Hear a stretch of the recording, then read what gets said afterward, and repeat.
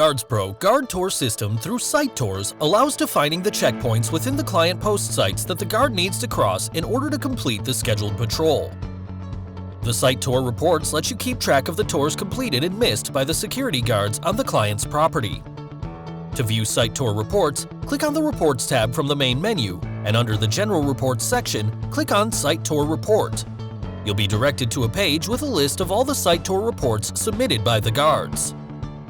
Using the filters, you can refine the results for a particular client, host site, or a guard for a defined time period. To view the details, simply click on the specific entry. Click on the Missed tag to see how many and which tags were missed by the guard during the site tour. View on Map option lets you see the position of the missed tags.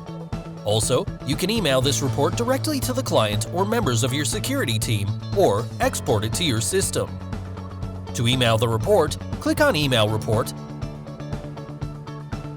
choose the attachment type, enter email IDs of the recipients, and hit Send. If you wish to export this report, click on the Export tab, choose the type of format you need your file in, PDF or Excel, and it will be automatically saved to your system.